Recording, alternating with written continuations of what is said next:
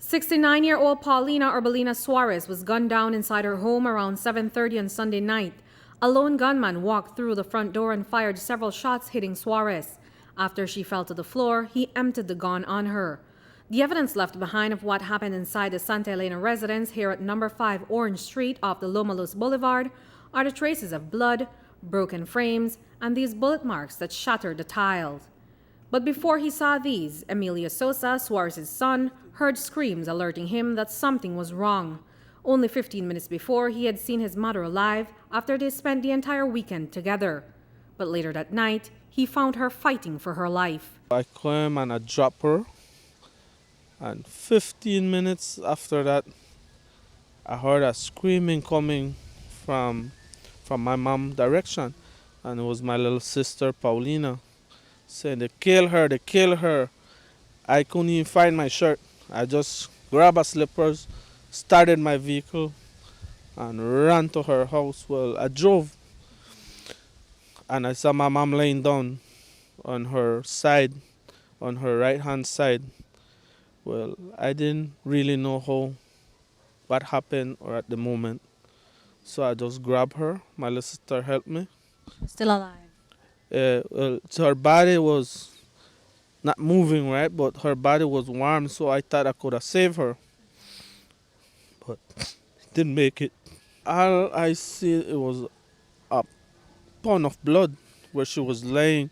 I thought they hit her on her head because I was so frightened, and I just like 15 minutes it took me to drop my mom, and in 15 minutes they killed her. And when I took her, I rushed her to Nomalos, to the emergency, and the doctor went in and reviewed her and put oxygen to see, but the doctor says she's already dead. It was gunshots. How many? Actually, I'll be honest and say it was a whole magazine, more than 5 bullets. But the doctor said the bullet that killed her was the one that hit her heart. It was one of the bullets that came by the left-hand side of her breast and passed right through her heart. So he just walked up inside the house and shot? Well, my little sister was on her way from the shop. That's when she saw this guy, and she dropped something and she lost track of him. And they said the only thing she heard, my mom swearing for her life in Spanish, said, "For favor, no me mates." And when she heard, it was so fast, like so much gunshots in couple seconds. And she dropped her bag and ran. When she ran, the guy was running out of the house. After killing Suarez, the gunman ran from the house and made good his escape in a vehicle. But the crime was witnessed by at least 2 others who were also inside the home. The family says they have no idea who the gunman is, but they believed he was hired to do the killing. So who hired him? Allegations are that it is a close family member, a speculation that the family would only allude to. They're devastated as Suarez, who is said to have limited movements due to multiple strokes, couldn't defend herself. This is almost her 5th stroke. And she was, honestly, she hardly can help herself because half of her body was just recovering. I was having someone doing a lot of therapy of her for the last year, and she was just starting to walk. So she was almost helpless, And the way how I found her, like she was struggling to try run from the guy into a room to hide. But it looked like to me, I think the guy was trying to shoot her on her face or something. And she put her hand, and she have a gunshot on her hand. Is this man someone known to the family? Well, I'll be honest, I don't think so. It was just a stranger. No one knows who he is. But he was running, they say, but no one didn't know what he'd done. I know we're gonna find out who sent that guy to kill my mom. So you believe someone sent him? This is not someone who has any problems with your mom. I surely believe that someone hired him. Because who want to kill a poor little lady? It wasn't a robbery.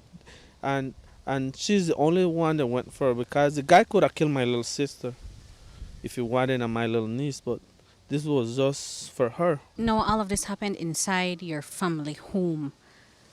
How does this settle with the family?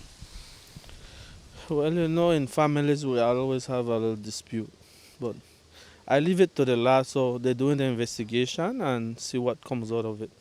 I just hope they find the person behind the scene because it's not just someone that gonna come and kill. It wasn't a robbery, it was more than that. But I cannot say no more. Police say that their investigation also points to the dispute as the cause of the murder. The family land dispute involves this house where Suarez was killed.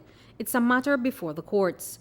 While we were told that death threats were made to the family, they were never reported to police. Police are now looking for the man who pulled the trigger. Based on the evidential material available to us at this time, we believe that the motive is based on a land dispute between relatives. We're looking for 3 persons of interest who can assist us with this investigation. We have recorded statement from the family. And based on the evidential material we have gathered so far, we believe it's a land dispute between relatives. Okay. Now, obviously this man was hired to kill this lady, and that is what the family believes. Any idea of the identity of this person who was hired? Well, we have 1 person of interest that actually the gunman who actually we are looking for, but we are looking also for 3 other persons of interest who may be able to assist us in the investigation. We're still trying to ascertain at this time the identity of the gunman. So no one detained so far. We had detained 2 initially for questioning, but they have been released. Did they ever make any report before this? A report was made by the deceased reference a land dispute between her and her children. What about threats on their life? No, we didn't receive any threat, any report of any threat, but just only a report of the land dispute between the deceased and her children. Now, how confident are you that you're going to be able to solve this murder? Well, we have several witnesses that have seen the gunman.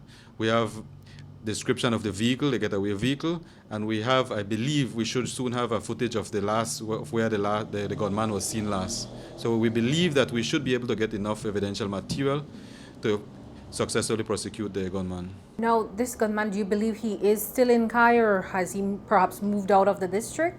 We do believe that he's from one of the nearby villages within the Cayo district. Are you able to share any details on this land dispute? At this moment, I would not want to discuss the land dispute because I'm not sure how sensitive it is to the family. Is this a matter that's before the courts? Yes, ma'am, it's before the court. Reporting for News 5, I'm Andrea Polanco.